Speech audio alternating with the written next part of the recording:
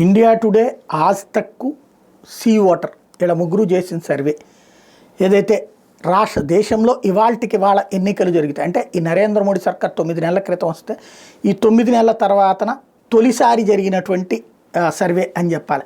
Mood of the nation కోసం ఇక్కడి నుంచి 3 నెలలకు చేస్తారో 6 నెలలకు చేస్తారో సర్వే తెలియాలి. ఎన్డీఏ 343 స్థానాలు గెలుచుకుంటుందని మొన్న 292 దాకా వచ్చినటువంటిది 343 స్థానాలు గెలుచుకునేది ఇప్పటికిప్పుడు ఎన్నికలు జరిగితాయని. భారతీయ జనతా పార్టీ ఇండివిజువల్గా మొన్న 240 వస్తే 281 స్థానాలు గెలుచుకుంటుంది అన్నటువంటిది వీళ్ళ అంచనా. అదే సందులో ఐఎన్డీఏ 128కి పరిమితం అవుతుంది అన్నటువంటిది వీళ్ళ అంచనా. కాంగ్రెస్ పార్టీ 78 స్థానాలకి పరిమితం అవుతుంది అన్నట్టుది వీళ్ళ అంచనా. అంటే సాధారణంగా ప్రభుత్వాలు అధికారంలోకి వచ్చాక ప్రభుత్వ వ్యతిరేకత వస్తుంది.